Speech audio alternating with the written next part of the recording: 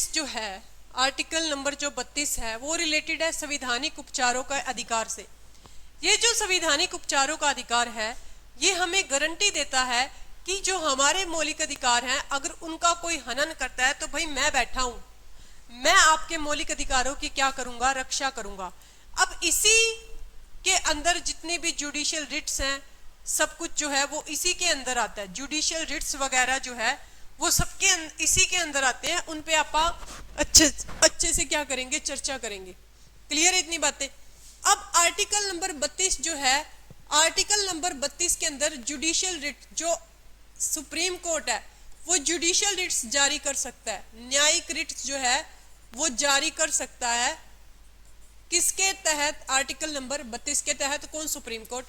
अगर हम high court की बात करें, हाई कोर्ट की बात करें तो हाई कोर्ट जो है वो किसके तहत कर सकता है? आर्टिकल नंबर 226 के तहत। आर्टिकल नंबर 226 के तहत हाई कोर्ट क्या कर सकता है? जुडिशियल रिट जो है वो जारी कर सकता है। इस बात को आप ध्यान में रखेंगे, उच्च न्यायालय कर सकता है। अब रिट्स टोटल जो है वो 5 हैं। 5 टाइप के जुडिशियल रिट्स जो है वो पाई जाती हैं। टोटल नंबर ऑफ रिट्स कितनी है? 5। ठीक है। सबसे पहले की हम बात करेंगे, सबसे पहली है बच्चे बंदी प्रत्यक्षीकरण।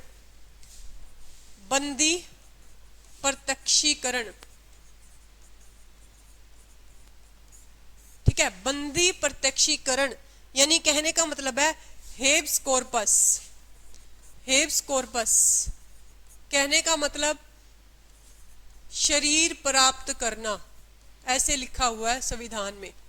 शरीर प्राप्त करना, शरीर प्राप्त करने का मतलब क्या है कि इस रिट के तहत गिरफ्तार व्यक्ति को, जो गिरफ्तार आपने लिया है, जो आपने कस्टडी में लिया है, उसको न्यायालय 24 घंटे के अंदर न्यायालय की शरण में पेश किया जाना चाहिए। ठीक है। इस रिट के तहत, इस रिट के तहत गिरफ्तार व्यक्ति को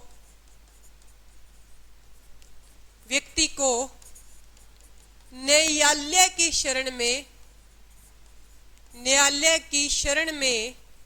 पेश किया जाता है। आपसे पूछा जाए कि किस रिट के तहत गिरफ्तार व्यक्ति को न्यायालय की शरण में पेश किया जाता है, तो आंसर क्या आएगा आपका? आंसर आएगा बंदी प्रत्यक्षीकरण के तहत। किसके तहत? बंदी प्रत्यक्षीकरण के तहत। ठीक है, क्लियर है। उसके बाद में नेक्स्ट है जी परमादेश। नेक्स्ट रिट का नाम है जी परमादेश। ठीक है, परमादेश। परमादेश की बात करें, जिसको इंग्लिश में क्या बोलते हैं? मैंडामस। मैंडामस, मैंडामस, मैंडामस होता है आदेश देना। आदेश देना, रिट की भाषा में इसको क्या बोलते हैं? आदेश देना। अगर कोई भी निकाय सही तरीके से काम नहीं कर रहा,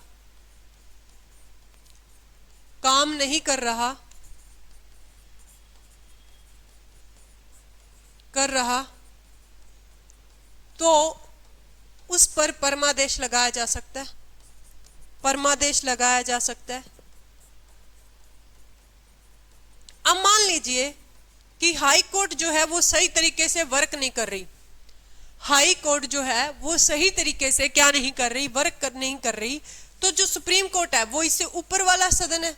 सुप्रीम कोर्ट जो है हाई कोर्ट से हायर अप्रोच पे जाता है। तो सुप्रीम कोर्ट हाई कोर्ट पे क्या लगा सकता है? परमादेश लगा सकता है, आदेश दे सकता है हाई कोर्ट को, भाई अपना काम ढंग से कीजिए। समझ में आइए? तो इसको क्या बोलते हैं? परमादेश बोलते हैं। परमादेश बोलते हैं। ठीक है। उसके बाद नेक्स्ट है जी प्रतिषेध। थर्ड जो है वो है जी प्रतिषेध। प्रतिषेध थर्ड जो है भाई वो है प्रतिषेध, जिसको इंग्लिश में आप बोलते हैं प्रोविशन। प्रोविशन, प्रतिषेध यानी कि प्रोविशन। प्रतिषेध की अगर हम बात करें, प्रोविशन की अगर हम बात करें, तो इसमें होता है रोक लगाना। इसका मतलब क्या होता है? रोक लगाना। अब मान लो हाई कोर्ट जो है राजस्थान वाला हाई कोर्ट हरियाणा के किसी मामले में क्या कर रहा है, दखल अंदाजी कर रहा है, ठीक है, या पंजाब के किसी मामले में क्या कर रहा है, दखल अंदाजी कर रहा है, क्योंकि हरियाणा और पंजाब का हाईकोर्ट क्या है, सेम है, चंडीगढ़ में। तो राजस्थान वाले हाईकोर्ट को सुप्रीम कोर्ट बोल सकता है भाई आप अपने दायरे से बाहर जाकर काम कर रहे हो, इस पर रोक लगाई जा सकती है।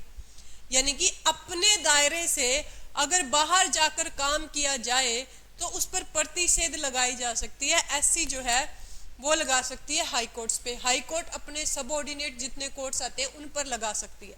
समझ में आई है? तो इसको क्या बोलते हैं, प्रतिषेध बोलते हैं। क्या बोलते हैं इसको, प्रतिषेध बोला जाता है, ठीक है। नेक्स्ट है जी सर्टियोरेरी यानी उत्प्रेषण। उत्प्रेषण, सर्टियोरेरी, ये क्या होता है? उत्प्रेषण क्या होता है? उत्प्रेषण होता है भाई कि किसी भी, मान लो कि किसी भी उसमें केस चल रहा है, कोई मान लो कि किसी हाई कोर्ट में या केस चल रहा है, केस चलने के बाद में होता क्या है कि वहां के हाई कोर्ट से ये केस जो है वो सॉर्ट आउट नहीं हो रहा, वहां के हाई कोर्ट से ये केस सॉर्ट आउट नहीं हो रहा, तो फिर होता क्या है कि इस केस को कहीं और ट्रांसफर कर दिया जाता है। तो ये केस को ट्रांसफर करने का, यानी कि ये मामला कहीं और ट्रांसफर कर दीजिए, ये कौन बोलता है? उत्प्रेषण बोलता है, सर्टियोरेरी बोलता है, यानी कि किसी भी मुकदमे को ट्रांसफर करने का काम करता है। नेक्स्ट है जी पांचवा अधिकार परीक्षा।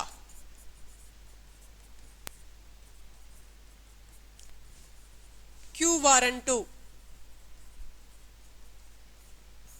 अधिकार परीक्षा यानी कि क्यू वारंटो। कोई भी पब्लिक का अधिकारी है, वही उस टाइम पे प्रोहिबिशन वाले से मैच खाती है ये अधिकार परीक्षा। कोई भी पब्लिक सर्वेंट है, मान लो कोई एसडीएम है किसी जिले का, वो किसी और जिले के मामले में दखल अंदाजी कर रहा है, तो उसको वारंट दे सकती है कौन? SC, supreme court, high court, जो भी है उससे ऊपर वाले वो अधिकार देते हैं। यानी कि अधिकार परीक्षा का मतलब है अपने अधिकार क्षेत्र से बाहर जाकर, अपने दायरे से बाहर जाकर काम करने को ही क्या बोलते हैं? अधिकार परीक्षा बोलते हैं। समझ में आई है? क्लियर इतनी बातें? तो ये थे पांच अपने क्या, पांच अपने टोटल रिट्स, ठीक है, क्लियर है। अब यहां पे देखो आर्टिकल नंबर 33, इस टॉपिक को फटाफट कवर कर देते हैं आज, क्योंकि मोस्ट इंपोर्टेंट पार्ट हमने इसका फंडामेंटल राइट्स वाला कर लिया है। अब मेन चीजें हैं वो आप देख लेते हैं। आर्टिकल 33 जो है, संसद ऐसा कानून बना सकती है। आर्टिकल 33 बोलता है संसद ऐसा कानून बना सकती है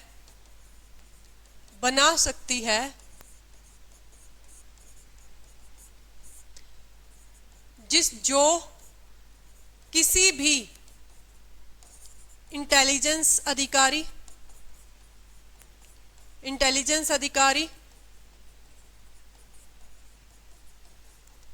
और अर्धसैनिक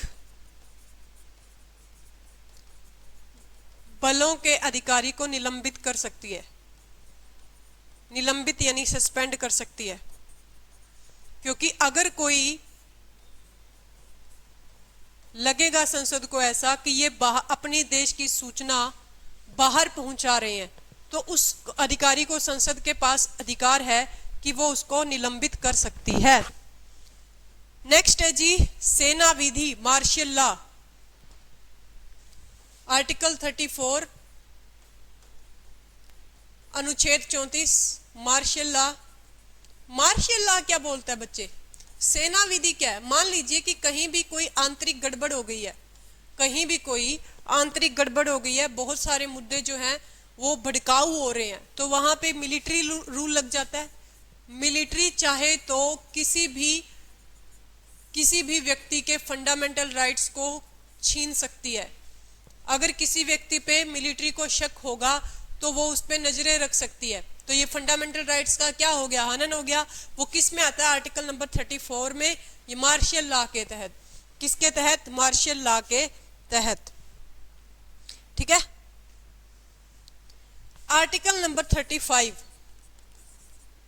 आर्टिकल नंबर 35 ये बोलता है, क्योंकि 12 से 35 में थे ना फंडामेंटल राइट, तो लास्ट आर्टिकल है।